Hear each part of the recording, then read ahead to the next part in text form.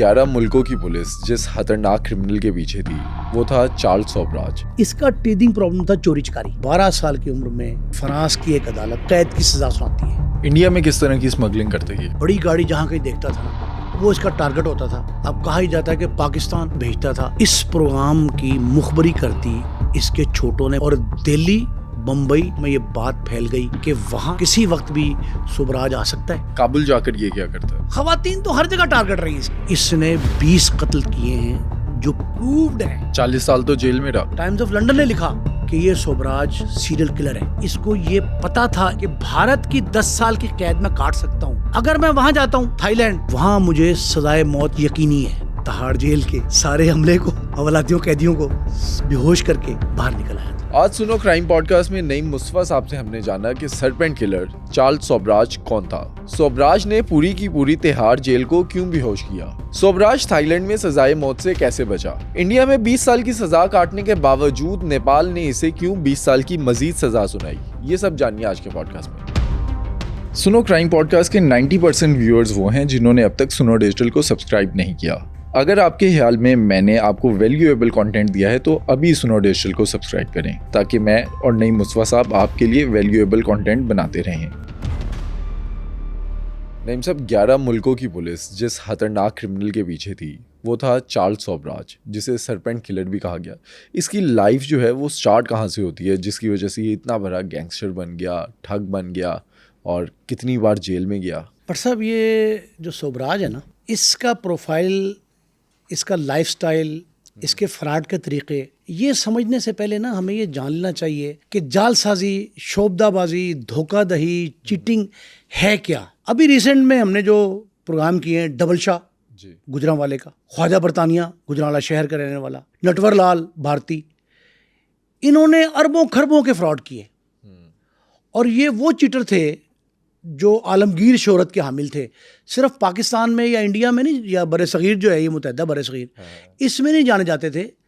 ये क़याम पाकिस्तान से पहले और अब तक ये जो फ्रॉड चले आ रहे हैं, ये पूरी की पूरी एक सीरीज़ है। लेकिन कभी किसी बेवकूफ़ ने जो है वो ये मैदान फ़तह नहीं किया शोबदाबाजी का, धोखाधड़ी का। जितने लोग इस मैदान में कामयाब हुए उनकी ज़हानत इस कदर थी कि वो हर खित्ते में उनको जाना जाता था। ईवल जीनियस थे और बड़ा अच्छा जुमला है, ईवल जीनियस थे। अब एक और बात समझें कि ये यूनिवर्सल ट्रुथ है कि उस वक्त तक फ्रॉड, जालसाजी, शोबदाबाजी, बाजीगरी ये उस वक्त तक जारी रहेगी जब तक बेवकूफ़, लालची, मुफादप्रस्त लोग मौजूद हैं। ऐसे ही है। यूनिवर्सल ट्रुथ ये है, और ये हमारे यहाँ नहीं है, दुनिया के हर खित्ते में है, कि जो भी शख्स लालच में आता है वो कहीं ना कहीं धोखा जरूर खाता है। ये खासकर तुर्की की मिसालें जो है ना, तुर्क ये ज़रबुल इमसाल पेश करते हैं बहुत सारी, कि जी वहाँ जो शख्स धोखा कर जाए वो उसे कुछ नहीं कहते। जो लूटा जाता है, मुतासरा फरीक है, इफेक्टी है, उसको कहते हैं कि तू कसूरवार है, कि तूने ये कैसे सोच लिया कि रातों रात अमीर बन जाए। और जिस तरह डबल शाह को आपने दिए 10 लाख रुपए और आप समझेंगे 1 महीने बाद आपको 20 लाख मिल जाएगा जी। तो ऐसा कौन सा कारोबार पैदा हुआ है, तिजारत कौन सी ऐसी है जो आपको डबल कर देगी 1 माह में? कितना ही बड़ा आप सोने के स्मगलर भी हो तब भी नहीं होता। तो ये जो काम है ना, जिस शख्स ने भी धोखे, चीटिंग, फ्रॉड, जालसाजी, शोबदाबाजी का मैदान इंतखाब किया ना, उसने अपनी ज़हानत इस्तेमाल करके दूसरे को बेवकूफ़ बनाया। ये जो सरपंट किलर आपने कहा है जी, उसका असल नाम था होतचंद भवानी गुरमुख सुबराज। सुबराज इसका जो है ना वो फैमिली नेम है जी। ये सुबराज जो है ये 6 अप्रैल 1944 को पैदा हुआ वियतनाम में, साइगोन एक जगह है बड़ी मशहूर और बड़े सयाहती मुकाम है साइगोन। वहाँ ये पैदा होता है। 13 साल की ज़िंदगी जो फ्रॉड की थी, ये 13 साला मुहित ज़िंदगी जो इसकी है वो 1963 से, हमारी पैदाइश से भी पहले, और 76 तक इसका दौरे उरूज था। और इस तरह का उरूज था कि जो जुमला आपने अपने इब्तदाई सवाल में किया, 11 मुल्कों की 11, ये वाक़तन ये जो शाहरुख खान का ये डायलॉग था डॉन फिल्म का, ये कोई डायलॉग नहीं था, ये सोबराज की ज़िंदगी का निचोड़ था। वाक़तन 11 मुल्कों की पुलिस, मतलब 11 मुल्कों से मुराद है कि तकरीबन 16 शहर बनते हैं। भारत के 3 शहर थे, ये 16-17 शहर बनते हैं जिनकी पुलिस इसके पीछे थी। और इसको इसीलिए सरपंच किलर कहते थे कि ये पुलिस की हत्या नहीं चढ़ता था, उनको जुल देकर भाग जाता था, पुलिस से स्लिप हो जाता था। जो बरसगीर की हिस्ट्री है ना, तारीख़ बरसगीर, उसमें इसे फिसल कर लिखा है, फिसल कर, ये पुलिस से फिसल कर भाग जाता था। कई दफ़ा ऐसे फ्रॉड इसने किया, हम आगे आपको बताएंगे कि इसकी डिटेल में, कि ये पुलिस से जुल दे कैसे भागता था, बहाना करता था मुझे अपेंडिक्स हो गया, कभी कहता था कि घुटनों से चला नहीं जा रहा, अस्पताल शिफ्ट कर दें जेल से। ये सारे मामला जो थे ना, ये इसीलिए इसने ये अपनाए कि इसको ये फ़न आ गया था कि पुलिस के हाथों से, जेल से, हॉस्पिटल से फ़रार कैसे इख्तियार करना है। राह फ़रार इख्तियार करने की महारत जो है ना, हर जालसाज फ्रॉडिये की बेसिक ट्रेनिंग होती है। और इसकी ट्रेनिंग तो ऐसी थी कि ये 12 साल की उम्र में ही चोरी चकारी करना शुरू हुआ था। 12 साल, मतलब 12 साल क्या एज है, बच्चा जो है ना अपना नाम सही तौर पे 7-8 साल की उम्र बताना शुरू करता है। तो ये अब अंग्रेज़ जो कहता है ना कि टीथिंग प्रॉब्लम है, टीथिंग प्रॉब्लम ये है कि बच्चा जो पैदाइश के वक्त अपनी दांतों में चुल कहते हैं उसको, हिंदी ज़बान में, उर्दू ज़बान में, फ़ारसी में भी चुल कहते हैं, चुल कहते हैं उस मर्ज़ को, उस ख़ारिश को इंग्लिश में कहते हैं इचिंग।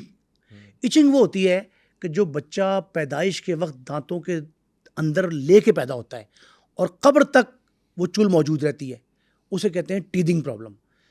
इसका टीथिंग प्रॉब्लम था चोरी चिकारी। इसकी ज़िंदगी में ऐसे क्या हालात हुए कि ये चोरी चिकारी के पीछे लग गया? बाप इसका भारतीय था। अच्छा। वियतनाम में इसे एक खातून से इश्क होता है। अच्छा, इसके बाप उसकी मोहब्बत में मुब्तला होता है।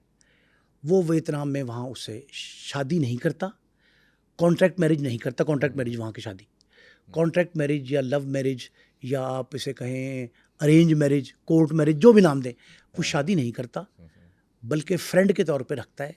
दोनों मियाँ बीवी की तरह रहते हैं, लेकिन मियाँ बीवी होते नहीं, कानून ने कहा। उनमें से इस बच्चे की पैदाइश होती है। सोबराज की पैदाइश जो है वो विदाउट टेकिंग मैरी है।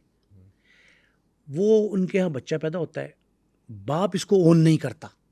अच्छा। बचपन से ही नेग्लेक्टेड, एक तो नेग्लेक्टेड कि उसे फरामोश कर दिया जाए, भुला दिया जाए, उसे लावारिस कर दिया जाए। ये ओन ही नहीं करता, डिसओन करता है। पहले दिन से कहता है ये मेरा औलाद ही नहीं है। ज़ाहिर है शादी जब नहीं हुई है तो बच्चा तो पैदा हो गया। उसकी बर्थ के बाद बॉर्न बेबी जो है वो उससे न सिर्फ नफ़रत करता है, उसको डिसओन करता है, बल्कि माँ और बेटे, यानी अपनी लव मैरिज वाली जो सो कॉल्ड बीवी थी, उस सो कॉल्ड बीवी को और बेटे को, सोबराज को, वहीं वियतनाम में छोड़ के और इंडिया चला जाता है। ये वियतनाम वो दौर था वियतनाम का जब ये छोड़ के जाता है 1944, जब जंग फ्रांस जारी थी, और ना सिर्फ जारी थी बल्कि उरूज पे थी, उरूज पे जंग थी। तो वहाँ से जितने इन्वेडर्स थे उनको निकलने का हुक्म दिया जाता है। ख़्वाह वो शेरख्वार हैं, बेबी हैं, बच्चे हैं, बड़े हैं, बूढ़े हैं, जवान हैं, उन सबको जो कहते हैं कि ये हमारे फ्रांस से ताल्लुक़ नहीं है, उनको निकाल दिया जाए जी। ये वियतनामी ख़तून थी, तो ये सोचती है कोई तरीक़ा ऐसा निकाला जाए कि मैं इस शहर, इस मुल्क को न छोड़ूं। अच्छा। तो वो फ्रांस के एक लोकल फ़ौजी था। और अच्छा, फ़ौजियों को जंग के दौरान एक की बजाय कई शादियों की इजाज़त होती है कानूनन, कि जंग है, हंगामी हालात हैं, तो हंगामी हालात में वो घर से दूर हैं, घर नहीं जा सकते, तो उन्हें ये इजाज़त दी जाती है कि वो कोर्ट मैरिज कर लें, वो अरेंज मैरिज कर लें, वो म्यूचुअल अंडरस्टैंडिंग कर लें। वो उसके तहत म्यूचुअल अंडरस्टैंडिंग करती है एक शख्स से जो फ़ौजी होता है फ्रांस का। ये उसका यानी सौतेला बाप बन जाता है। अच्छा। ये सोबराज का सौतेला बाप बनता है, लेकिन पहले ही दिन एक जो बाप छोड़ के भागा, वो जो है लावारसी, दूसरी लावारसी उसे मिलती है, जो दूसरी शादी होती है उसकी माँ की, उससे भी कोई प्यार नहीं मिलता। सौतेला बाप उसको बाकायदा सौतेला बन के मिलता है, बाकायदा सौतेला बन के। वो उसे नफ़रत से देखता है और वो कहता है कि ये मेरा बेटा नहीं है, होता भी नहीं। उसके यहाँ से एक बेबी जन्म लेता है। अच्छा। नई शादी के जो खातून है इसकी माँ, उसके एक और यानी इसका सौतेला भाई आ जाता है। ये बात की बात है कि उसका सौतेला भाई जो है ना, उसको सगे बाप और सौतेले बाप से बेहतर मोहब्बत देता है। जो सौतेला भाई है वो ज़्यादा अच्छा ट्रीटमेंट देता है छोटा होने के बावजूद अपने बड़े भाई को जो सौतेला है। सोबराज को भाई ज़रूर मिलता है मोहब्बत की शक्ल में सौतेला, लेकिन असल बाप और दूसरा सौतेला बाप, ये दोनों बाप जो है ना उनकी मोहब्बत से, जिसे आप साया पिदरी कहते हैं, उस साया पिदरी से महरूम रहता है। और ये एक ऐसा लावारिस बच्चा जो सारे लोग ये कहते हैं कि ये सोबराज फलां का बेटा है, वो तो बाप तो भाग गया, उसे तो मिला ही नहीं। अब ये एक धुतकारे हुए बच्चे की तरह परवरिश पाता है। और धुतकारा हुआ बच्चा जिसको ना माँ की मोहब्बत मिली, ना बाप का प्यार मिला, ना इश्क दिया सौतेले बाप ने, ये सारे मामलात इकट्ठे होके इसको एक नाराज़ बच्चा बना देते हैं। अच्छा। और वो नाराज़ बच्चा जो है ना वो चोरी चकारी करना शुरू करता है। और चोरी चकारी जो पेटी क्राइम जो होता है, जेब तराशी, चीज़ उठा के भाग जाना, झपट के भाग जाना, इसे कहते हैं पेटी क्राइम। छोटा जुर्म जो है ना वो सरजद करना शुरू करता है। और इसकी माँ जो है ना, सबसे बड़ा प्रॉब्लम क्या होता है, जब सौतेला बाप इससे भी मोहब्बत नहीं करता, वो बच्चा बेबी भी एक पैदा हो जाता है, तो इसकी माँ ये सोचती है कि मैं यहाँ से निकल जाऊँ। और अच्छा, इसने अपनी डायरी में लिखा है अपनी जो लावारसी है ना और प्यार और मोहब्बत न मिलने की कहानी, इसने सुबराज ने अपनी डायरी में लिखी। और इसने कहा जी कि मेरा बाप एक ना एक दिन जो है ना इस पर पछताएगा ज़रूर। अच्छा। और मैं उसे बावर कराऊंगा, मैं बावर कराऊंगा और बाप इस पर पछताएगा कि उसने मुझे, मेरी माँ को मोहब्बत नहीं दी, मुझे अपनायत नहीं दी, सौतेला बाप जो मिला वो भी उसकी वजह से मिला, उससे भी कोई प्यार नहीं मिला, और माँ को भी दूर कर दिया। माँ को भी दूर कर दिया।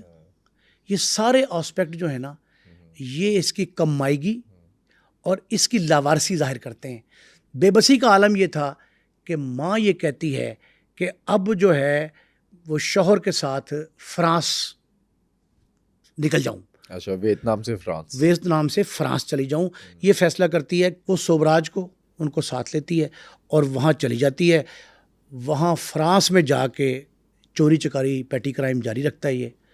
और 12 साल की उम्र में इसे फ्रांस की एक अदालत 7 माह कैद की सज़ा सुनाती है। अच्छा। Just a boy, a youngest boy minor of 12, उसको 7 माह की कैद सुनाई जाती है। और 7 माह की कैद ये जिस फ्रांस की जेल में जाता है वो फ्रांस की बदतरीन जेल है। 12 साल से कम उम्र बच्चों को छोटी जेल में रखा जाता है, चिल्ड्रन जेल। हमारे यहाँ मुंडा खाना कहते हैं, बरे सगीर में, पाको हिंद में इसे मुंडा खाना कहते हैं। मुंडा खाना के बजाय इसको अदालत ये हुक्म देती है कि इसे बड़ों की जेल में रखें। क्यों? इसलिए कि इसकी जो हरकत हैं वो बच्चों जैसी नहीं है। अब आप ये समझ लें कि जो बच्चा साया पिदरी से महरूम होता है, वो निगलेक्टेड बच्चे जो हैं वो जुर्म भी बड़ों वाला कर रहे होते हैं। उनकी सोच जो है ना वो बचकाना रहती नहीं है कि प्यार ही नहीं मिला। बच्चों को तो अब जितना प्यार पाले पोसेंगे प्यार के साथ, उतना अच्छा रिजल्ट देंगे ना। तो वो इसको बड़ों की जेल में रखते हैं, बड़ों की जेल में रहता है। उसका नुकसान क्या होता है जो आपने सवाल किया था, इसकी मुजरिमाना ज़िंदगी शुरू हो जाती है। जेल ये 12 साल की उम्र में गया और 20-22 साल वाला काम किया। कैसे? वहाँ उसे एक शख्स मिलता है, फिलिक्स। अच्छा, वो क्या करता है? फिलिक्स आप अपने पाकिस्तानी जेलों के समझें, अपने नाजरीन के लिए बता रहा हूँ। यहाँ टोरी कैदी मैंने बताए थे। अच्छा, चौधरी जो होते हैं जेल के चौधरी, सुर्ख टोपी, लाल टोपी कहते हैं, लाल टोपी, काली टोपी। ये टोपी वाले कैदी जो है ना टोरी कैदी होते हैं। जो रेड टोपी पहनेगा वो बड़ा टोरी है। जो बड़ा टोरी कैदी था उसका नाम था फिलिक्स। वो टोरी कैदी होने के नाते जेल में ठेकेदार भी था। अच्छा। ठेकेदार होता है सप्लायर ऑफ द थिंग्स, जो जेल में खाने पीने की अशिया है ना, कुर्सियाँ मेज़ें सप्लाई करता है, पंखे, इलेक्ट्रॉनिक्स का सामान, जेल के लिए सप्लाई, गोश्त। ये वहाँ फिलिक्स न सिर्फ फ्रांस की जेल में बल्कि बैरून फ्रांस जेलें जो हैं, मतलब इंडिया की जेलों तक उसकी रसाई थी। उसकी रसाई अफगानिस्तान की जेल तक थी। तो वो जो शख्स फ्लिक्स था, उसके जो पर पुर्जे थे उसने फैलाए हुए थे बहुत सारे। इसकी फ्लिक्स से मुलाकात हुई और जब ये 7 माह की कैद के बाद बाहर आया, तब भी इसने फिलिक्स से ताल्लुकात कैसे रखे? इसने फिलिक्स को अपना रोल मॉडल बना लिया। अच्छा, इंस्पायर हो गया उससे। इंस्पायर हो गया कि ये ही शख्स है। इसके जहन में तो ये था ना कि मैंने फ्रॉड करना है, चीटिंग करनी है। तो उसने कहा जी कि ये Felix is the best one to achieve my motives, कि जी मेरे ये जितने मकासद हैं हासिल करने के, गिदड़ सिंगी जो है ना, वो फिलिक्स है। अच्छा। इसने फिलिक्स से ताल्लुकात रखे और जब बाहर आया तो फिलिक्स ने इसको रेफरेंसेस दिए अपने माफिया, अपने गैंग के। अच्छा। गैंग ऐसा था उसका जिसके बहुत ज़्यादा ताल्लुकात, रेफरेंसेस जो थे, वो गैंगस्टर जो हैं वो मंशियात का कारोबार भी करते थे, असले की स्मगलिंग भी करते थे, वो कत्ल व गारतगरी में मुलव्वस थे। उस गाड़ियाँ चोरी भी करते थे। गाड़ियाँ चोरी करते, सबसे बड़ा काम है उनका गाड़ियों, ये गाड़ी चोरी ही बुनियाद बना है जिसने असले की और मंशियात की स्मगलिंग शुरू कराई है। अच्छा।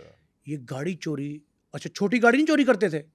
फिलिक्स का जितना धंधा था वो बड़ी गाड़ियों की चोरी का था, छीनने का भी था। उन्हें कोई उसके गैंग को, अब बाद में ये भी, इस पे भी यही हुआ कि जो गाड़ी इसको पसंद आ जाती थी सुबराज को, वो उसे छीने बगैर छोड़ता नहीं था, चोरी किए बगैर छोड़ता नहीं था। वो समझता था कि ये मेरी मिल्कियत हो गई, उसका असासा होता था वो। इसने फिलिक्स के कहने पे उसके गैंग के लोगों से ताल्लुकात इस्तवार किए, मिलना जुलना शुरू किया। और जब मिलना जुलना शुरू किया तो वो गैंगस्टर जो हैं वो इसके करीब आ गए और उन्होंने इसकी ज़हानत, जो मैंने पहला जुमला कहा था, ज़हीन था, ये बहुत खूबरू था। अच्छा। खूबसूरत नहीं, खूबरू था। खूबरू से मुराद ये है कि यकता होता है शख्स, 100 बंदे खड़े हों तो उनमें अकेला पहचाना जाए, वो खूबरू है।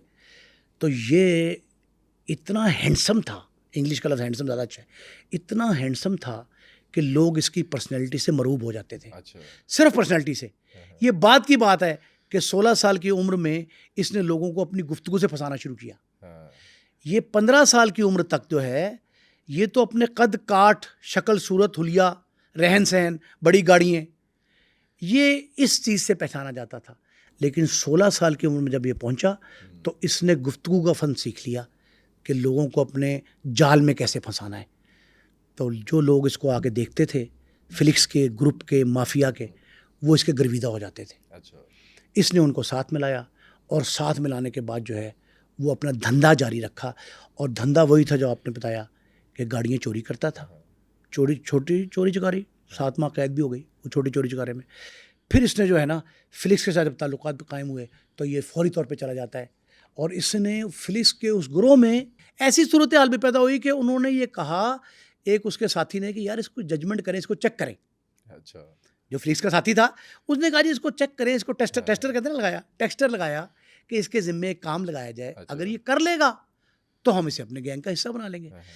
वो इसे कहते हैं कि ये है गाड़ी, ये है चाबी, ये है तरीक़ा, तूने ये काम करके दिखाना है। ये उसको चैलेंज के तौर पे कबूल करता है और उस चैलेंज में 110% कामयाब रहता है। अच्छा। फिलिक्स तक ये इतलात भेजाते हैं उसके कारिंदे कि जो काम हमने लगाया था इसकी दिमाग और बहादुरी के टेस्ट का, उसमें ये कामयाब है और ये हमारे साथ एक अच्छा साथी बन के रहेगा।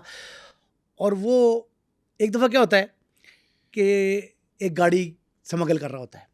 अच्छा, इसने जो है ना बॉर्डर बेल्ट क्राइम, जो मैंने कहा था कि जो सरहदी इलाकों के जराइम होते हैं ना, कि सरहद पार से स्मगलिंग करके गाड़ी ले आओ, मंशियात ले आओ, असला ले आओ, उसकी महारत हासिल कर ली थी चीटिंग के ज़रिए। तो एक गाड़ी स्मगलिंग करते हैं ना, उसमें पकड़ा जाता है, गिरफ्तार हो जाता है। अच्छा। ये पकड़ा जाता है इस तरह कि इसने ना वो गाड़ी स्मगल की, पहली जो 7 माह की कैद की, दूसरी बार ये पकड़ा गया गाड़ी की स्मगलिंग में, लेकिन उसमें भी रिहाई। ये पुलिस को जुल देने का, वो आपने जो जुमला कहा था ना कि सरपंच कलाए, ये सरपंच जो होता है ना वो यही होता है कि ऐसा तरीक़ा वारदात निकाले कि जो आंखों में धूल झोंक दे। ये उस पर कामयाब हुआ। इसी दौरान जब ये वारदातें शुरू करता है, इसे एक लड़की मिलती है, शंटल। अच्छा।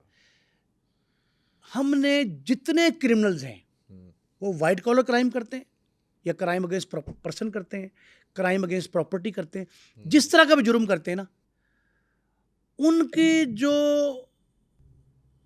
आखिर बिल्कुल मंतहा है ना, वो होती है किसी लड़की के खातिर, अच्छा। गिरफ्तारी लड़की की खातिर, कत्ल लड़की की खातिर, किसी बड़े गैंग की सरबराही लड़की की खातिर, कुछ कर गुजरने की सलाहियत का मुजाहरा लड़की की खातिर।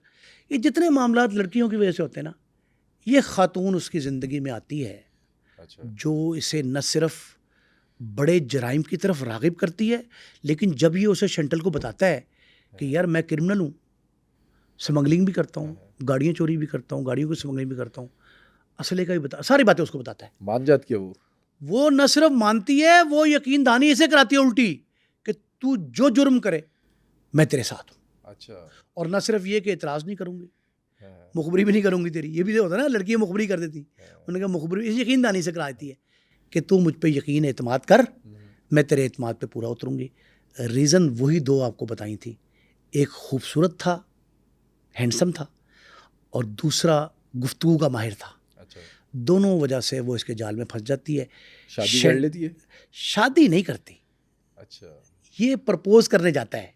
उनका तरीका ज़रा थोड़ा मुख्तलिफ, हाँ, ये उसे प्रपोज करने जाता है हाँ, शादी के लिए, टू गेट मैरी। ये वहाँ जाता है, जब ये वहाँ जाता है पुलिस पहुँच जाती अच्छा। इसको पकड़ने के लिए, हाँ, और दोनों को काबू करने लगती है, लेकिन ये तरीके से भाग जाते हैं, अच्छा। निकल जाते हैं। फनकार तो था ना, पुलिस को स्लिप होके सरपंच था, तो ये गर्लफ्रेंड के साथ फरार हासिल कर लेता है, पुलिस को जुल देकर निकल जाता है। अच्छा। लेकिन इसका जरिया मौज तो चोरी चकारी था ना, स्मगलिंग था। स्मगलिंग था। ये चोरी चकारी हल्की छोटी मोटी गाड़ियाँ जो है ना, उनकी लिफ्टिंग स्नैचिंग वो जारी रखता है। ये पुलिस को जुल दे के जो भागता है, तो वहाँ से ये जाली पासपोर्ट पर ये यूरोप चला जाता है, अच्छा। और यूरोप में जाकर भी अपनी वही करतूतें जारी रखता है। हाँ, क्योंकि ये जो उसकी अब ये गर्लफ्रेंड है शंटल, हाँ, इसका भी इसको साथ मैसर है, हाँ, अकेला नहीं है। तो ये उसकी मतलब वो साथ चोरी नहीं करती, फ्रॉड नहीं करती वो साथ। शंटल के बारे में ये तारीख में लिखा है कि वो इसकी फ्रेंड बाएतमाद थी, लेकिन ये नहीं था कि वो इसकी चोरी चकारी में शामिल हो, इसे बकअप देती थी, लेकिन सपोर्ट, पार्टनर इन क्राइम नहीं थी। पार्टनर इन क्राइम नहीं थी। वो सिर्फ इससे ताल्लुक़ निभा रही थी इसकी पर्सनैलिटी से मरूब होकर, पर्सनैलिटी वाइज ठीक था। तो इसने वहाँ जाली पासपोर्ट पर छुप छुपा के यूरोप में वक्त गुजारा। लेकिन जब पुलिस फिर इसके पीछे लगती है, जहाँ जाता है पुलिस लग जाती है, 11 मुल्कों की यूरोप की पुलिस भी इसके यूरोप पीछे की लग पुलिस भी जाती इसके है। पीछे थी। तो ये प्लान करता है कि एक और जाली पासपोर्ट जो है, लोगों से पासपोर्ट से लिए हैं बहुत सारे, वो पासपोर्ट जाली लेकर ये इंडिया आ जाते हैं दोनों, और मुंबई को अपना मस्कन बनाता है। पहला दौरा है भारत है इसका, वो इलाका जहाँ इसका वालिद सारी उम्र रहा, पला बड़ा, परवरिश पाई, और फिर बाद में जाके शादी की इसने बाहर मुल्क से। लेकिन असल में तो वो भारत का रहने वाला था। लेकिन ये इंडिया जब आया है, तो जिस तरह यूरोप में पुलिस इसके पीछे थी, इंडिया में पुलिस इसके पीछे लग गई, और ये छुपता छुपाता इधर उधर जाता था, प्रोपोश होता था, सारे मामलात करता था। लेकिन भारत में भी इसके पीछे पुलिस इस तरह साये की तरह लगी रही कि किसी वक्त ये काबू आ जाए। 2-3 बार पकड़ा भी गया वहाँ, लेकिन असल मामला यही था कि सोबराज जो है वो अपनी बीवी के साथ वहाँ रहता है, बेटी भी पैदा होती है, बेटी की पैदाइश भी मुंबई में होती है, और वहाँ जो सूरत हाल बनती है, वो बेटी पैदा होने के बावजूद ठगबाजी, चीटिंग, चोरी, स्मगलिंग, ये सारी कुछ करता है। इंडिया में किस तरह की स्मगलिंग करते हैं? इंडिया में ये 4-5 तरह की स्मगलिंग का। पहले तो बात तो ये कि बड़ी गाड़ी जहाँ कहीं देखता था ना, वो इसका टारगेट होता था कि ये किसी तरीके से वो बड़ी गाड़ी को चोरी कर ले। चोरी करके क्या चोरी करता था? करके ये बैरून मुल्क भेजता था। अब कहा ही जाता है कि पाकिस्तान, अफ़गानिस्तान भी भेजता रहा ये सबसे बड़ी बात ये है कि बॉर्डर पे सख्ती बहुत ज़्यादा होती थी, लेकिन ये गाड़ियाँ चोरी भी करता और स्मगल भी करता, बआसानी उससे पैसे कमाता था। इसने जो 5-6 छोटे, अपने छोटे कहते हैं, वो मातहत मुलाजमीन जो गैंग उन पर खुफिया रखता था चीज़ें, लेकिन चोरी तो उनके ज़रिए करवाता था। स्मगलिंग के लिए ज़ाहिर ड्राइवर चाहिए कोई जो बॉर्डर तक ले जाए, बॉर्डर क्रॉस कराए। ये उन छोटों के ज़रिए जो काम करवाता था, छोटे अच्छा, अब सिर्फ गाड़ियाँ स्मगल नहीं करता था, ये गाड़ियों में असला भी स्मगल करता था और मंशियात भी स्मगल करता था। अच्छा। एक तरफ इसकी ज़िंदगी का एक पहलू है चीटर, ठग, जालसाज, धोखाबाज, लेकिन दूसरा पहलू ये है कि ये बड़ा स्मगलर बन गया। गाड़ियाँ चोरी करके गाड़ियाँ बैरून मुल्क स्मगल करता था, अंदरून मुल्क स्मगल करता था, उनके ज़रिए असला भी स्मगल करता था, मंशियात भी उनके ज़रिए भिजवाता था, मंशियात मंगवाता भी था। और 4-5 ऐसे वाक़यात मिलते हैं तारीख़ में कि अफ़गानिस्तान से ये मंगवाता रहा, काबुल भेजता भी रहा। तो इस वजह से जो इसके मातहत छोटे थे वो डर गए। उन्होंने कहा ये तो स्मगलिंग जो है, बॉर्डर पार वाला काम, ये तो सीधे सीधा जो है ये उम्र कैद है। भारतीय कवानीन के मुताबिक कोई शख्स अगर सरहद पार कोई एक्ट कर रहा है तो वो काबिल ताज़ीर है और उसकी सज़ा उम्र कैद तक है। पकड़ा नहीं गया कभी ये?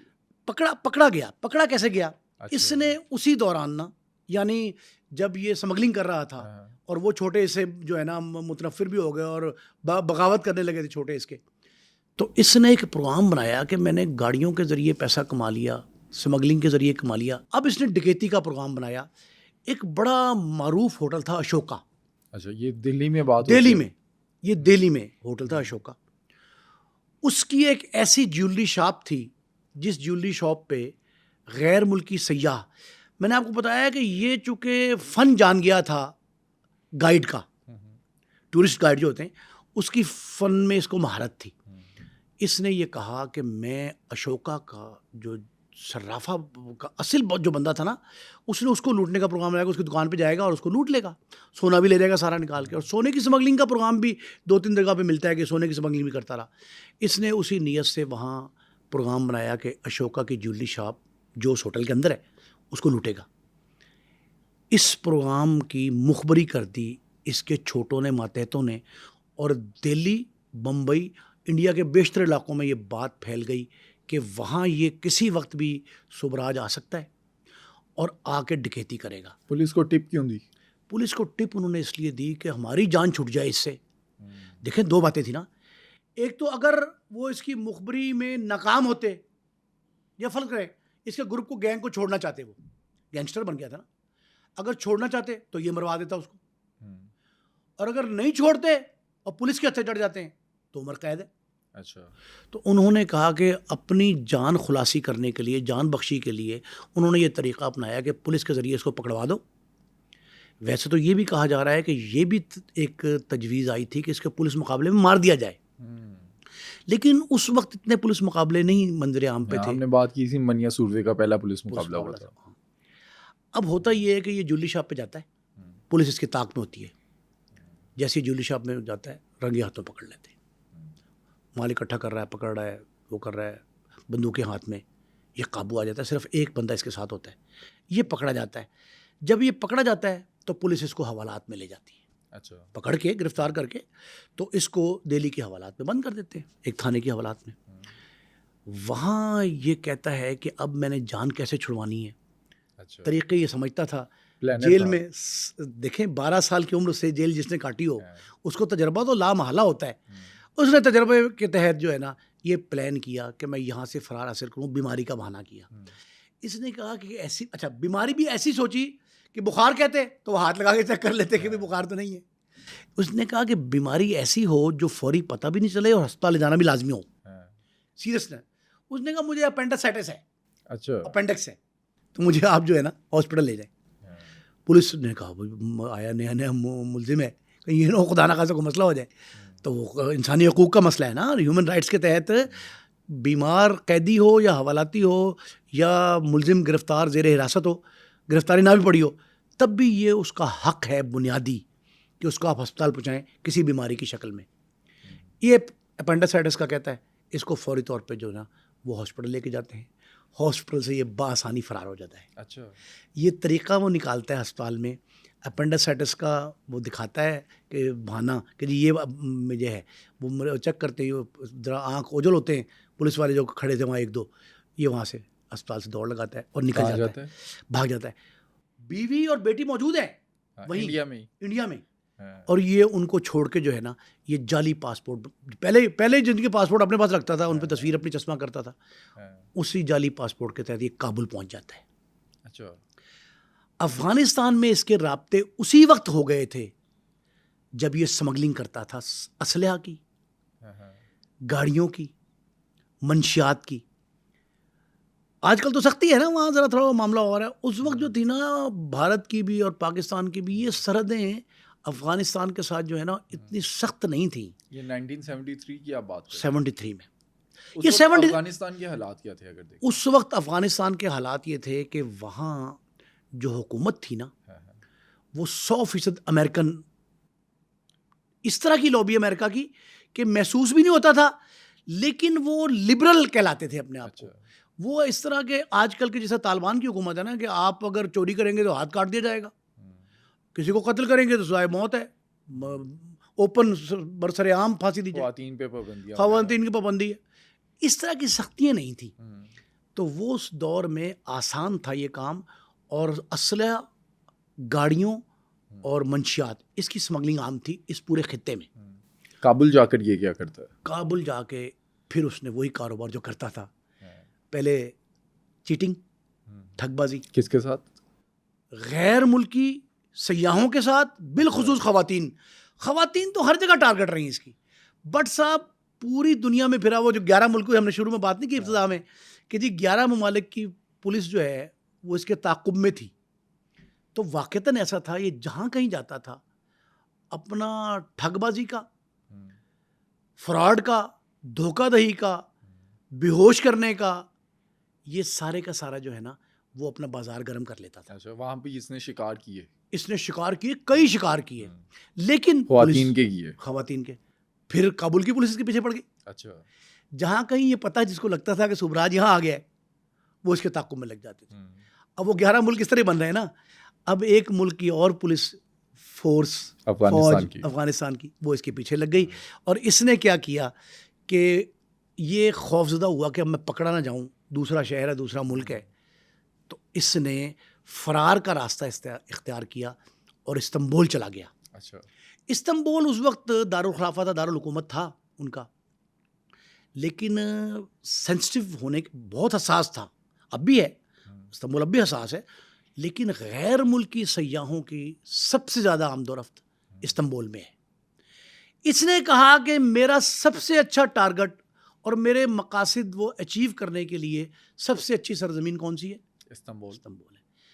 और वहाँ सोने पे सुहागा क्या हुआ, जो इसका सौतेला भाई था, अच्छा, जहाँ इसकी वालदा ने शादी की थी, हाँ। दूसरी, वो दूसरी शादी से पैदा होने वाला जो बच्चा था, वो इसका सौतेला भाई, वो इसे मिल जाता है। नफरत नहीं करता था अपने भाई से? भाई से यही तो बात है, बाप सगा इससे नफरत करता था, सौतेला बाप तो करता ही करता था। हाँ। इसका सौतेला भाई इसके बहुत करीब था। अच्छा। और इनका याराना इस कदर था कि वो जात में भी दोस्त थे और किरदार में भी दोस्त थे। अच्छा, किरदार, क्रिमिनल लाइफ में भी साथ क्रिमिनल थे। लाइफ में इसका साथ दिया उसने। ओके। चोरी चकारी जो इब्तिदा की थी इस्तांबुल ने उसने सिखाई, रास्ते उसने बताए। ये तो नया नौवारिद था वहाँ, वो पहले से रह रहा था। इसने उसकी सरपरस्ती में इस्तांबुल में जराइम शुरू किए, वही जो ये आज से पहले मुख्तलिफ फ्रांस में करता रहा, इंडिया में करता रहा, जहाँ जहाँ जिस जिस मुल्क में गया वहाँ इसने जुर्म किया, वो सारे के सारे जराइम जो है इस्तांबुल में किए। ये वो दौर था जो उसकी ज़िंदगी का वो हिस्सा जिसमें उसने सिर्फ़ और सिर्फ धोखाधड़ी, जालसाजी, फ्रॉड, चीटिंग और सबसे बढ़ के ठगबाजी, अच्छा, उसका सहारा लिया। ये 1974 तक का दौर था जो उसकी ज़िंदगी का बड़ा हिस्सा। लेकिन 75 ऐसा सन आया 1975 जिसमें इस शख्स ने अपने तमाम पुरानी करतूतों से हट के लोगों की जान लेने का जो है ना वो मंसूबा बनाया है। अच्छा, तभी इसका नाम जो यहीं से स्टार्ट होता है, सरपेंट किलर। सरपेंट किलर आता है ये थाईलैंड में। अच्छा। थाईलैंड में इसे सरपेंट किलर कहा गया जब ये वहाँ से इस्तांबुल में इस पे सख्ती हुई और पुलिस इसके पीछे रही, इसके भाई के पीछे चढ़ी। लोगों को पता लग गया कि जनाब ये एक ऐसा शख्स है जो धोखाधड़ी से अपनी जेबें गर्म कर रहा है और लोगों की जेबें खाली कर रहा है।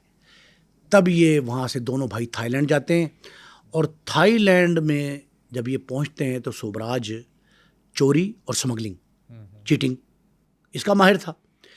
ये वहाँ इसी तौर पे जाता है और इसका तारुफ इसी हद तक होता है पुलिस को। पुलिस को ये नहीं पता कि जी ये किलर भी है। अच्छा। और सीरियल किलर भी है। होता क्या है कि वहाँ 1975 में जो मरकज़ी नहर है थाईलैंड की, उस नहर के किनारे एक बरहना लाश मिलती है नौजवान लड़की की। अच्छा। लड़की की लाश मिलती है बरहना, और वो जलाई भी गई है। यानी पहले उसे कत्ल किया गया, बरहना करके कत्ल करके, फिर उस लाश को नजर आतिश किया गया, और वो बरहना लाश जो है नहर से मिलती है। किसी को नहीं पता लगता क्या हुआ। पुलिस शशोपंज में पड़ जाती है थाईलैंड की, ये क्या है, ये क्या मामला है। उसके लवाहिकीन आते हैं, सारा पता करते हैं, कुछ नहीं पता चलता। एक लाश के बाद दूसरे तीसरे दिन ही एक और डेड बॉडी मिल जाती है। मिलती वो भी नहीं, इसी तर्ज पे। अच्छा। लाश खातून की, खूबरू खातून, यंग। जब दूसरी लाश मिलती है तो पुलिस के लिए एक और बड़ा चैलेंज बन जाता है। वो कहते हैं कि ये लाश और दूसरी। एक हफ्ते 10 दिन के अंदर 4 लाशें मिलती हैं। अच्छा। इसी तर्ज की जो बड़ी बेदर्दी से भयानक अंदाज में कत्ल किया जाता है। और बरहना भी होती हैं सारी की सारी। बरहना भी होती है। बरहना क्यों किया ये देखें, बरहना करके आप नजर आतिश क्यों करते हैं? ताकि आपको फिंगरप्रिंट्स ना मिले, ये पता ना चले कि मारा कैसे गया, गला दबा के मारा गया। कर दिए। वो एविडेंसेस जो हैं वो सारी की सारी हिडन हो जाती हैं। आग लगाई जाए तो ना गले पे अंगूठे आएंगे दबाने के, ना मैच हो सकेगा, ना फोरेंसिक एक्सपर्ट कुछ बता सकता है। सारे मामला जो हैं वो सबूत ख़त्म करने के लिए। और ये सब अकेला करता था? अच्छा, इसके साथ 5-6 लोग थे, लेकिन थाईलैंड में भाई था। अच्छा। सौतेला भाई। सौतेला भाई थाईलैंड में रहा, और उसने ये सारे के सारे जो थे ना वाक़यात इसमें शामिल रहा। और वो अच्छा, अब करते क्या थे, ये लड़कियों से ताल्लुक़ बनाते थे। मैंने आपको बताया कद काठ वाला था, खूबरू था, पैसा था, लिबास अच्छा पहनता था, खुश लिबास भी था, खुश मिजाज भी था, और सबसे बढ़ के फ़न जानता था गुफ्तगू का। फ़न गुफ्तगू की वजह से वो लड़कियों को फांसता था। कोशिश ये करता था कि इनको बेहोश करे, और बेहोश करके इनका माल असासा लूट ले। ये डॉलर्स के लालच में इस शख्स ने कोशिश करके उनको बहलाना फुसलाना, और फिर अपनी खुशनुमा और दिलचस्प गुफ्तगू के ज़रिए उनको अपना हमनवा बनाता था। फिर था याश आदमी, ना माला पैसा जब इतना होता है तो कहीं खर्च करने के लिए जगह भी चाहिए होती है ना। तो ये लोग जो इस तरह के क्रिमिनल होते हैं भट्ट साहब, वो मारे भी लड़कियों के हाथों जाते हैं, गिरफ्तार भी लड़कियों के हाथों होते हैं। उन पे जब कोई किसी किस्म की इब्तला आई है तो उसकी बुनियाद वो लड़कियां ही बनती हैं जो उनकी फ्रेंड्स होती हैं। अच्छा, ये जो कत्ल इसने किए तमाम लड़कियों के, ये पता कैसे चला कि ये सोबराज ने किए? एविडेंसेस मिल गई। ये मुकरता रहा, ये कहता रहा कि मैं तो यहाँ था ही नहीं। एलीबाई कहते हैं अपना उज़्र बना लेना कि जी मैं इस वक्त पे जब ये कत्ल होती है बच्ची या लाश मिलती है, मैं तो इंडिया में था। अच्छा। वहाँ मौजूदगी प्रूव कर देना कि मैं तो काबुल में था, और काबुल में वाक़या हो गया तो मैं तो नेपाल गया हुआ था, मैं इस्तांबुल में था। इसे कहते हैं एलीबाई। ये एलीबाई क्रिएट करने का माहिर था। मैंने आपको बताया है कि चीटर जो होता है ना, उसकी बुनियाद ज़हानत पे होती है। कुंद ज़हन ऐसा जिसका बेखबरी में काम कर रहा हो, वो कभी चीटर नहीं बनता। हमने जो मिसालें जितनी पेश की, मैंने आपको ख्वाजा बरतानिया का बताया कि फ्रॉड करता था, किस तरह करता था। डबल शाह जो है रकम कैसे करता था, ये डबल वो रकम जो करता था वो अपनी ज़हानत से ही करता था ना। उसको कहा लोगों ने कि ये पैरेलल बैंकिंग सिस्टम है। बस ये समझ लें कि चीटर जो है वो अपनी ज़हानत का खाता है। इसने अपनी ज़हानत से अपने फ़रार के रास्ते रखे हुए थे। ये एलीबाई बना लेता था, डिफेंस, एलीबाई कहते हैं डिफेंस, अपना डिफेंस पेश करता था। तो इसने पुलिस को हज़ार बार चकमा दिया, लेकिन साबित होता रहा। ये नहीं है कि इसमें कत्ल साबित नहीं हुए, कत्ल साबित हुए, फ्रॉड साबित हुआ, जाली पासपोर्ट साबित हुआ, तो 10 साल एक कैद, 10 साल एक कैद, फिर उम्र कैद की सज़ा, फांसी की सज़ा के करीब पहुंचने लगा था।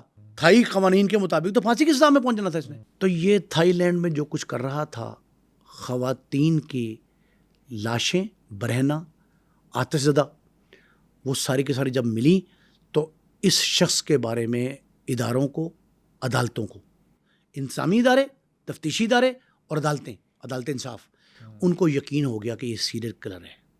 ये सीरियल किलर के तौर पे मशहूर हो गया। जो एक शख्स था फ्राडिया, चीटर, ठग, वो दूसरे मरहले में सीरियल किलर बन गया। और किलर कैसा बनता है, मतलब एक टूरिस्ट आई, बड़ी अमीर खातून थी, बहुत अमीर, वो आई और उसका अच्छा ये ध्यान रखता था कि बैरून मुल्क से कौन आ रहा है टूरिस्ट, ताल्लुकात बना लिए थे, सिस्टम समझता था। वो टूरिस्ट खातून आई और देखा इसने और उसे ऑफ़र किया कि मैं तेरा गाइड बन जाता हूँ। अच्छा, उसका गाइड बन गया। वो इसको रिहाइश भी ले दी, जब गाइड है रिहाइश भी ले दी। फिर उसके साथ और 2-4 लोग भी साथ उसके टूरिस्ट थे जो उसके मुल्क से, किसी मुल्क से आए होंगे। उसका रात को पासपोर्ट गुम हो जाता है। अच्छा, अचानक वो गैर मुल्की खातून कहती है कि मेरा पासपोर्ट गुम हो गया, और जिक्र किससे करती है? सोबराज से। अब सोबराज ने ये पासपोर्ट खुद छुपाया था। उसका वजह क्या थी? जो ठग होते ना, होशियार ठग, वो एक तरीका होता है, ठग होशियार ही ज़्यादा, वो ये तरीका रखते हैं कि बीमारी भी खुद पैदा करते हैं, इलाज भी खुद ही दरियाफ्त कर लेते हैं ताकि ट्रस्ट हो सके। ट्रस्ट बनाए। अब वो खातून ने जैसे ही कहा टूरिस्ट ने कि मेरा गुम हो गया पासपोर्ट, इसने ढूंढ दिया। ये पासपोर्ट का एक्सपर्ट था छुपाने का, गायब करने का, नए बनाने का, अपना नाम तस्वीर लगाने का। इसने फ़ौरन उसको दे दिया।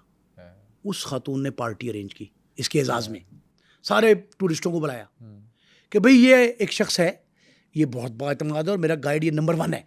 इसने क्या किया है, इसने मेरा जो गुमशुदा पासपोर्ट था वो तलाश कर लिया। वो पार्टी इकट्ठी हुई, प्लान इसी का दिया होगा, इसने खुद दिया होगा ना प्लान। इसने पासपोर्ट ही खुद छुपाया, दे भी दिया, पार्टी का प्लान भी खुद दिया होगा। अब वो पार्टी होती है, उसमें ज़्यादा लोग इकट्ठे होते हैं। पहले अकेली थी वो, 2 आए, 4 आए, 10 आए, वो पार्टी में आ गए। ये पार्टी जब इकट्ठी होती है, ये सारों को ड्रिंक में ना एक महलूल मिला देता है, केमिकल, और वो जितने टूरिस्ट आए थे, इसकी प्लानिंग देखे कितनी खतरनाक थी, उन सबको बेहोश किया और सारों के असासे और पैसे और पासपोर्ट, पहले ये असासे इकट्ठे करने से पहले पासपोर्ट इकट्ठे करता था। जो तहकीकात मिलती हैं इसके हवाले से, जो इसने अपनी, हाँ ये एक बड़ी अहम बात है, अपनी जो है ना वो स्टोरी बेचने के लिए, जिसे ये कहता था मेरी सक्सेस स्टोरी है, लोगों के उससे भी एडवांस ले लेता था, फिल्म बनाने के लिए भी। और कई ऐसे जो है ना किताबें तख्लीक की इसने, तश्कील की, मुरत्तब की, जो मर्जी समझ लें, मौलिफ था उसका, भले जो भी था, तालीफ की। उनमें भी ये वाक़यात ये तस्दीक करता है खुद कि जी मैं कैसे लूटता था लोगों को। अच्छा, उसमें ये तस्दीक भी इसकी शामिल है। उसमें इसने ये कहा कि मैंने टूरिस्टों को जो है ना सारा टोटली बेहोश किया और उनके असासे लूट लिए। उनके पासपोर्ट पहले निकालता था, बाकी सारी असासे उनके निकालता था। एक दफ़ा क्या होता है कि एक टूरिस्ट जो है वो आता है थाईलैंड में। अच्छा, एक और वाक़या बड़ा इंटरेस्टिंग है, वो बीमार हो जाता है, ये उसकी सारी रात तीमारदारी करता है, उसको दबाता है, दवाई ला के देता है, डॉक्टर को बुलाता है, सो मच सो कि नर्स मुस्तकिल जो है, लोकल नर्स, वो वहाँ उसको प्रोवाइड करता है कि जनाब ये आपकी तीमारदारी करें। देखें केयरिंग तो था ना। था। ये उसने कहा जी कि ये आपकी को लुक आफ्टर करेगी, ये नर्स है। अच्छा, या आया समझ ले, जो भी समझ ले। वो वहाँ आती है, वो उसको ठीक हो जाता सुबह। जब वो ठीक होता है, उसका बड़ा शुक्रिया अदा करता है कि सोबराज ने मुझे ठीक किया। अब होता क्या है, ठीक तो ये करता है, बीमार भी इसी ने किया था उसको। अच्छा, इसके पास ये भी फन था कि कितने घंटे के लिए इसको बेहोश करना है, कितनी देर के लिए बीमार रखना है इसको, इसका पासपोर्ट कितना जेब में रखना है। ये मैंने आपको बताया कि जुर्म से अपने इक़दाम के इब्तिदा से इंतहा को पहले सोचता था कि इसका करना मैंने क्या है। अच्छा, वो जब सेहत याब हुआ, बीमारी तो खुद ही दी थी, वही कत्ल करे वही ले सवाब उल्टा, उससे जनाब ठीक भी कर दिया। और ठीक करके जब वो ठीक हो गया तो उसे लूटा और लूट के भाग गया। अच्छा, थाईलैंड में भी इसने कत्लो गारदगरी का बाजार भी गर्म रखा, लेकिन अपना गैंग ऑपरेट करता रहा, ये सौतेला भाई और 4-5 और लोग भी। वहाँ इसकी मुलाकात होती है एक लड़की से जिससे इसने मंगनी कर ली। अच्छा, मोहब्बत होगी इससे, इश्क हो गया उसको। उसके इश्क में गिरफ्तार हुआ और उस लड़की से इसने फौरी मंगनी कर ली। और मंगनी करके जब ये अभी कुछ चंद दिन गुजरे होंगे तो इसको ये शक हुआ कि मैं जो प्लान करता हूँ वो लीक हो जाता है। तो पता ये लगता है कि ये जब से इस लड़की से मंगनी की है मैंने, मेरी तमाम हरकत व सकनात जो हैं वो पहुँच रही हैं उन इदारों तक जो मेरे ताक़ुब में है। पहुंचा कौन रहे? ये लड़की जिसे मंगनी हुई थी। वजह क्या? वजह इसकी ये थी कि इसका साबिक बॉयफ्रेंड, उसको कत्ल किया था सोबराज के 4 साथियों ने। वो 4 साथी जो थे उन्होंने कत्ल किया था, और वो कत्ल किया था सोबराज के कहने पे, क्योंकि ये उससे ताल्लुकात इस्तवार करना चाहता था उस लड़की से। इसने कहा कि वो राह की रुकावट है, ये रोड़ा पेड़ जो अटका हुआ है इसको हटा दो, ये जब रोड़ा अटका हुआ हट जाएगा तो मेरे लिए मंजिल आसान हो जाएगी। उसने उसको बाकायदा मंगनी की। ये उसका कोई फ्रॉड का, चीटिंग का टारगेट नहीं थी लड़की। ये जेन्युइनली शादी की गर्ज से मंगनी जो इसने की। लेकिन जब इसको ये पता लगता है कि ये तो मेरी सीक्रेसी अफशा करती है, सोबराज इस लड़की को ले जाता है एक दरिया किनारे, दरिया की सैर कराने तो कहता है दरिया, वहाँ गला दबा के इसको कत्ल कर देता है। अच्छा। और इस तरह करता है कि इस पे जुल्म भी करता है। ईज़ा रसानी की तस्दीक होती है कि इसने सख्त ईज़ा रसानी के बाद जो है इसको कत्ल किया, और वही तरीका अपनाया जो वो किसके साथ अपनाता था? बाकी लड़कियों के साथ। बरहना की लाश। अच्छा, एक अजीब सी बात है, जितने वाक़यात इस पे 20 कत्ल के इल्ज़ाम हैं, इस पे 20 वाक़यात ऐसे हैं जिसमें इसने कत्ल किए, और ख़वातीन की तादाद 14 है। 6 सिर्फ मेल मेंबर्स हैं, 14 ऐसे लोग हैं जो ख़वातीन हैं। 14 ख़वातीन को कत्ल करने में इसने जितनी लाशें हैं वो दरिया या नहर के किनारे फेंकी हैं। अब इस नफ्सियात की समझ नहीं आ रही, एविडेंस ना मिले ना। हाँ, ये भी एक वजह है। अच्छा, फिर क्या होता है? 18 दिसंबर 1975, ये पीक टाइम है इसका कत्ल गारतगरी का। 18 दिसंबर ऑफ 75, ये चोरी का जो पासपोर्ट, जो चोरी करता था सबके पासपोर्ट निकाल लेता था ना, अपने जेब में डाल लेता था, उस पे ये नेपाल भाग जाता है। वहाँ क्या करने जाता है? वहाँ भी टूरिस्ट गाइड। बज़ाहिर ये हर जगह, अच्छा, इसका जो गोल था ना, जो अचीव करना चाहता था, वो ये टूरिस्ट के पास चूंकि पैसा ज़्यादा होता है, मालो ज़र लेके आते हैं वो लोग, सारा खर्चात करने होते हैं ना दूसरे मुल्क में जा करने। उनका अपना शहर भी नहीं होता ना कि पीछे कोई है। उनको लूटना आसान है। टूरिस्ट के तौर पे ये नेपाल में गाइड, टूरिस्ट गाइड के तौर पे ये वहाँ आता है, जहाँ इसे एक अमेरिकन और एक कैनेडियन, 2 टूरिस्ट मिलते हैं। अच्छा। और ये इंतहाई ख़तरनाक कहानी है जो इसके सारे की सारी मुजरिमाना ज़िंदगी पे भारी है। अमेरिकन और कैनेडियन टूरिस्ट जो है ना, इनसे ये दोस्ती करता है, ताल्लुकात इस्तवार करता है। जैसे तरीका इसका ये था, उनसे ताल्लुकात बनाता है, और ताल्लुकात बनाने के बाद जो है उनको ड्रिंक्स में अब टूरिस्ट जो है ना वो करीब तरीन आदमी होता है। क्यों? वो जो बैरून मुल्क से आया है उसे तो लोकल ना रास्तों का पता, ना फूड का पता, ना फूड चेन किसी का अच्छी का पता, ना होटल का पता, वो तो गाइड के मरून मिन्नत है। तो वो गाइड को अपना करीब तरीन शख्स समझ के इसे ड्रिंक्स भी मंगाते हैं, इसे खाना भी मंगवाते हैं, ये खिदमत भी उनकी एक्स्ट्रा करता है कि उसके ज़हन में तो खन्नास है। इसने उनसे दोस्ती गांठ ली। दोस्ती गांठने के बाद, एक अमेरिकन एक कैनेडियन है, दोस्ती गांठने के बाद जो है ना उनको नशा डाल दिया उनके ड्रिंक्स में, बेहोश हुए तो पैसा चुरा के भागने लगा। अच्छा। उनमें से एक जाग गया, एक टूरिस्ट। नशे के बावजूद बाज़ औक़ात लोगों को ना नशा फौरी असर नहीं करता, वो जाग जाता है। अच्छा। जब ये जागता है तो ये शनाख्त कर लेता है कि ये तो वही हमारा गाइड है। ये इस खौफ से अपने साथियों के साथ मिलता है, 2 बंदों को मिला के, और उनको कत्ल कर देता है। अच्छा। अमेरिकन और कैनेडियन टूरिस्ट दोनों को कत्ल कर देता है, और फिर वहाँ से थाईलैंड आता है, और गैंग जो है ना वो शहर में अपना बाकायदा गैंग ऑपरेट करता है। अच्छा, कहीं यही वजह तो नहीं थी जो लड़कियों का भी कत्ल किया, ये ना हो कि वो लड़कियां भी जाग जाती हो, उन पे नशे का उस तरह से असर ना होता हो जिसकी वजह से उनका कत्ल कर देता था? ये भी होता है कि शनाख्त के खौफ से। हाँ। आप अगर किसी की जान नहीं लेना चाह रहे, उसे बेहोश करना चाह रहे हैं, इसको तो पता था ना, अंदाजा था कि इतनी देर बेहोश रहेगा। बाज़ औक़ात शनाख्त के खौफ से बंदा कि इसने देख तो लिया, मुझे पहचान गया, तो कल को मेरे खिलाफ तो गवाही बन जाएगी, और कत्ल में तो थाईलैंड तो सज़ाए मौत से टलता ही नहीं है, वो तो फौरी फौरी कर देते हैं सजाए मौत।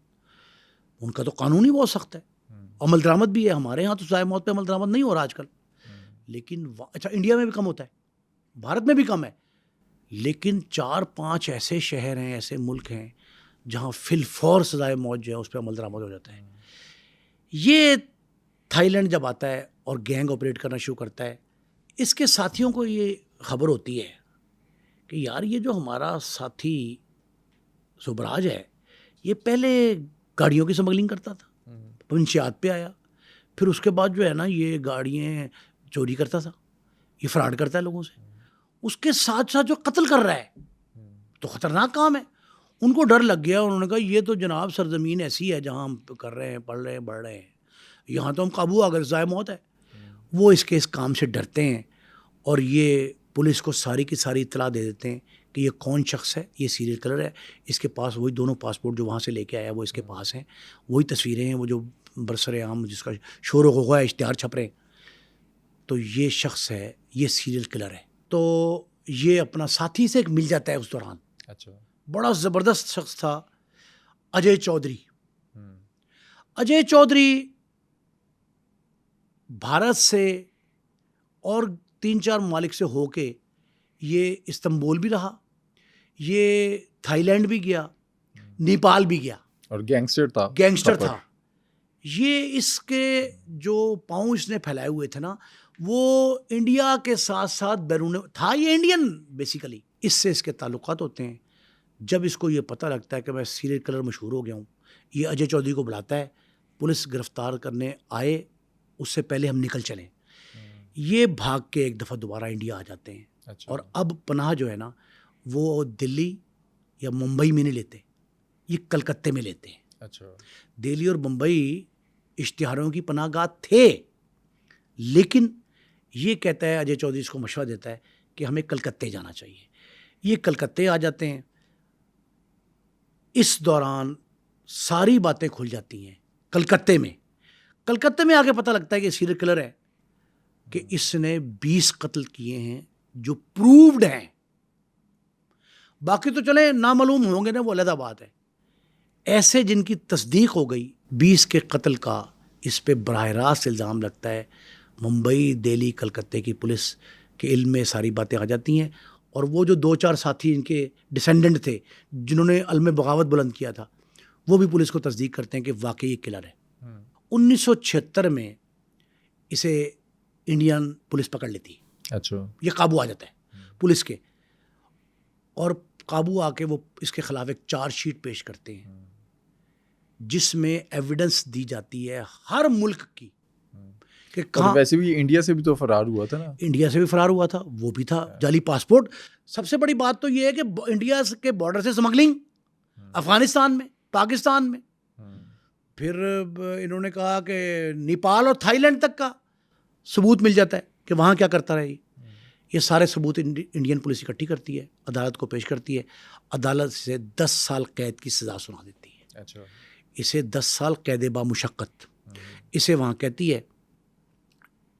इसे बहुत लाइटली लेता है। यहाँ 10 दिन की सज़ा हो ना किसी मुजरिम को, तो आसमान सिर पे उठाया होता है, उसके सारे घर वाले चीखों पुकार कर रहे होते हैं। इसको 10 साल कैद होती है, ये बिल्कुल लाइटली लेता है। वजह क्या थी? वजह ये थी कि इसको ये पता था, इल्म था कि भारत की 10 साल की कैद में काट सकता हूँ। अगर मैं वहाँ जाता हूँ थाईलैंड, तो वहाँ मुझे सजाए मौत यकीनी है। थाईलैंड ने राब्ता नहीं किया इंडियन हुकाम से कि इसे वापस किया जाए? थाईलैंड ने 2 बार ये कहा अच्छा। कि ये हमारा मुलजिम है, हमें रिक्वायर्ड है, मतलूब है, इसको हमारे हवाले करो स्वराज को। उन्होंने कहा जी कि हमारा थाईलैंड से कोई ऐसा मुआहदा नहीं है कि जिसके तहत ये एग्रीमेंट, टेरिटरी एग्रीमेंट होता है, एक वो होगा तब हम आपको देंगे। लेकिन ये सज़ा जब 10 साल की काट लेगा, ये वादा किया। उस ख़त के जवाब में जो 2 राब्ते हुए, उसके जवाब में भारतीय महकमा दाखिला और ख़ारजा, उन्होंने ये लिखा थाईलैंड गवर्नमेंट को कि हम आपके हवाले कर देंगे प्रोवाइडेड कि ये 10 साल की कैद पूरी कर लें।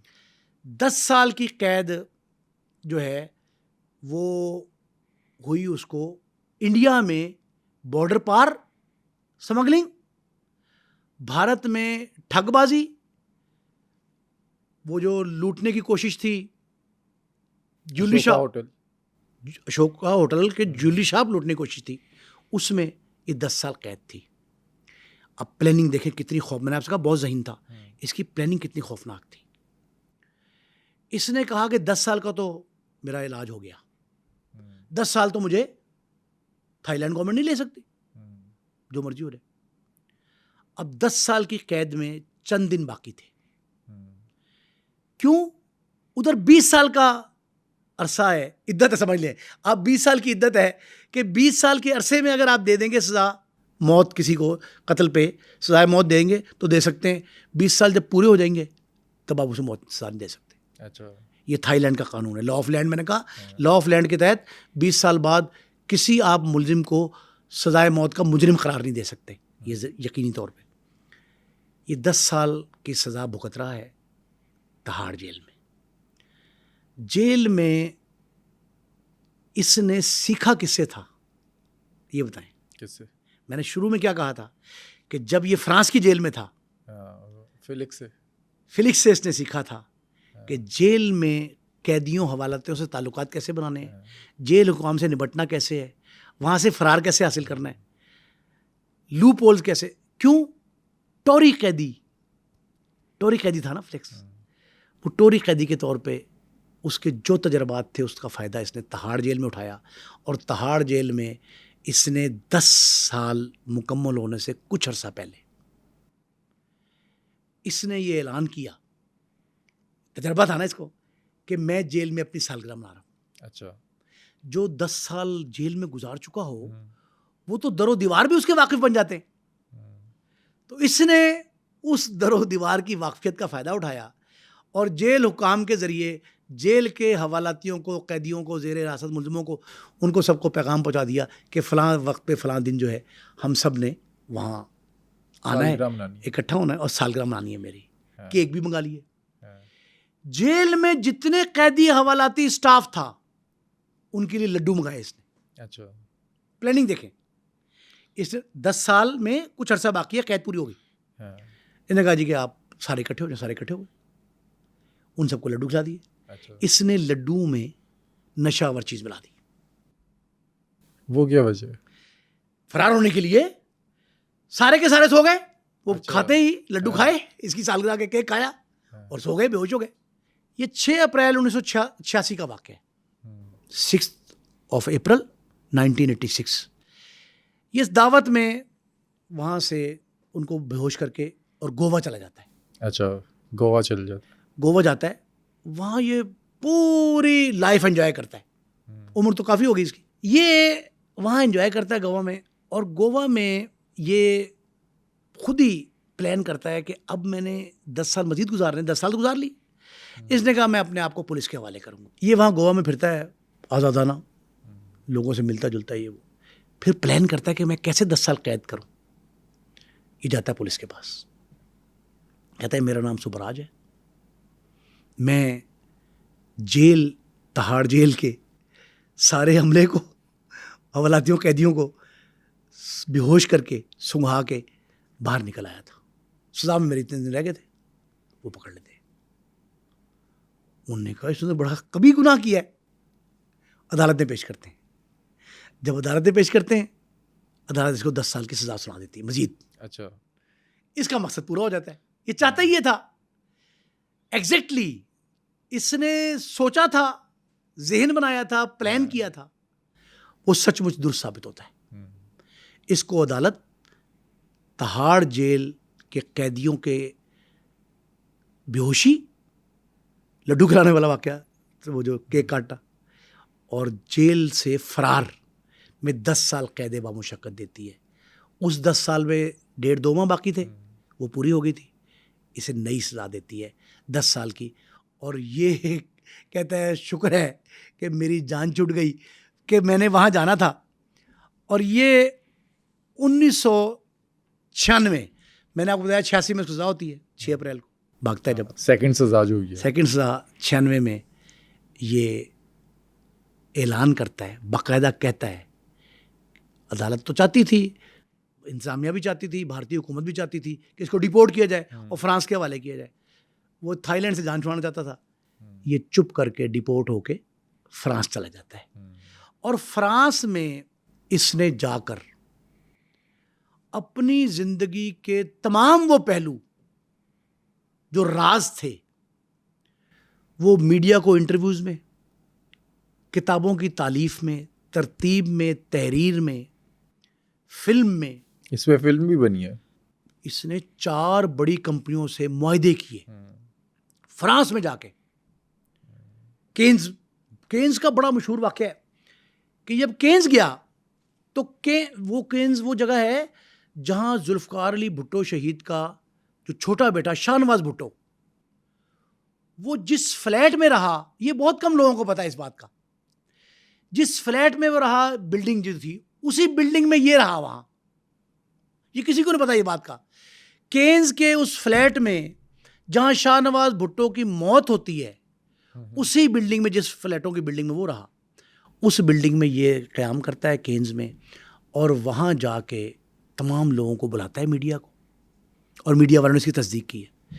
उनको इंसाफ अंगेज़ गुफ्तगू करता है, अपने वाक़यात बताता है, और सबसे बढ़ के ये उस पर निदामत महसूस नहीं करता, उसका क्रेडिट लेता है। अदरवाइज़ था, मतलब इट वॉज जस्ट अदरवाइज, वो शर्मिंदा होता और तौबा ताइब करता।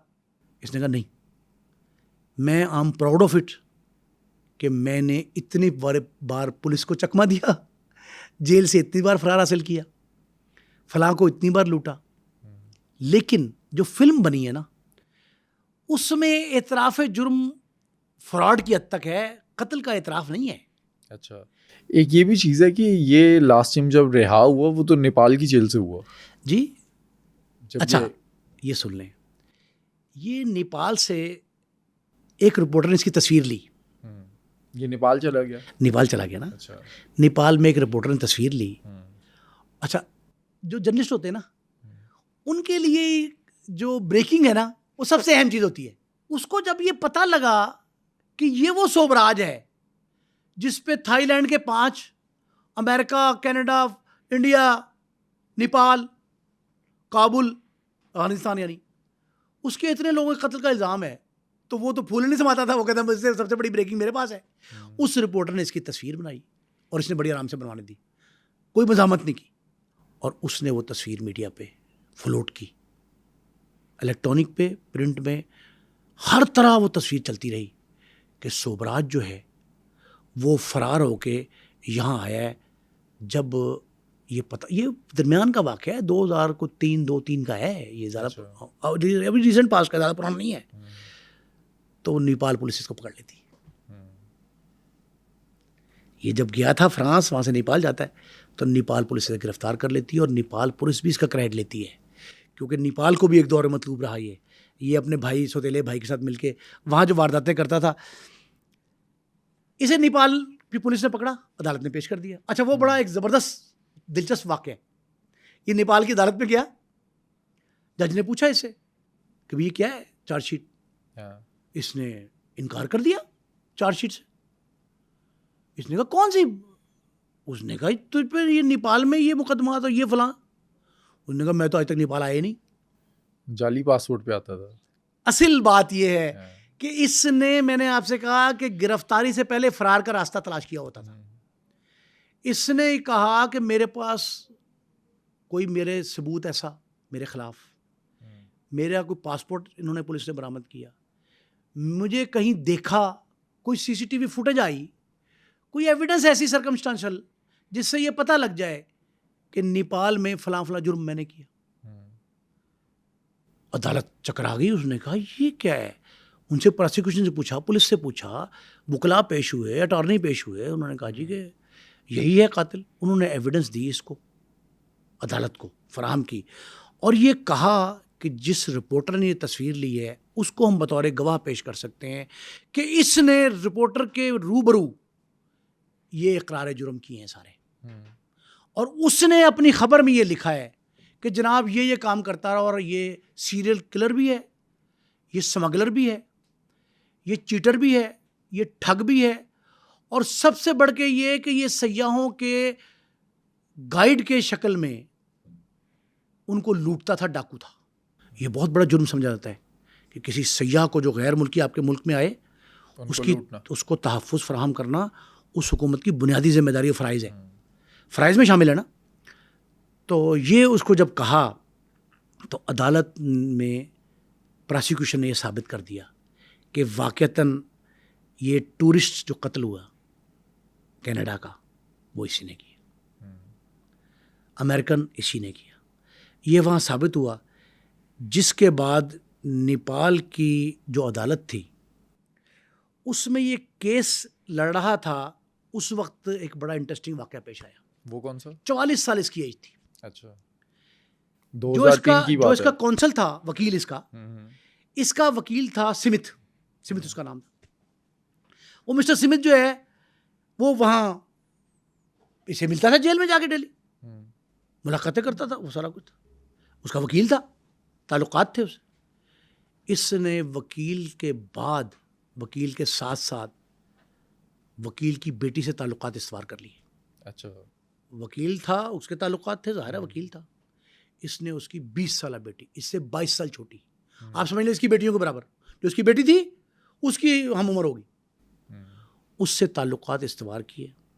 और इसने ये किया, कहता है जी कि मुझे ये अच्छी लगती है, मुझे ये पसंद है, और उससे शादी कर ली। असल में की थी शादी की। इसके जो एक मंगनी और एक शादी, ये प्रूव्ड है, लेकिन वो लड़की मुकर गई। बाद में वो कहती है झूठ है।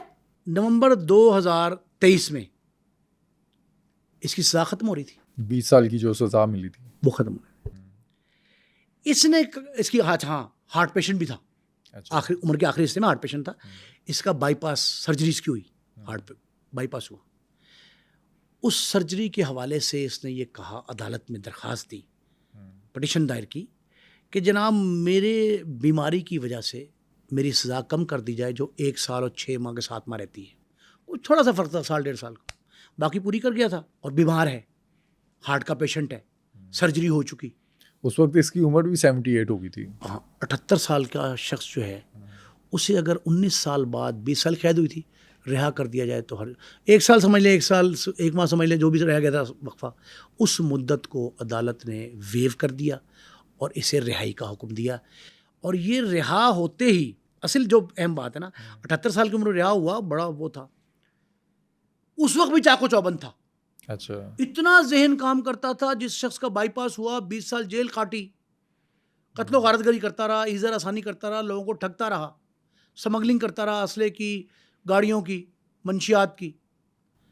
78 साल की उम्र में रिहा होने के बाद जो आई विटनेस अकाउंट मिलता है उसमें यह बताया जा रहा है कि सोबराज नहायत चाको चौबंद, ज़हीन, खूबरू खुशशक्ल, और उसके चेहरे पे कोई मलामती निशान नहीं था जिससे ये लगे कि वो अपने किए पर नादिम है, या उसे किसी खातून को मारने का, किसी टूरिस्ट को मारने का किसी किस्म का कोई शिकवा गिला, किसी किस्म की कोई मलामत कहीं दिखाई नहीं दी।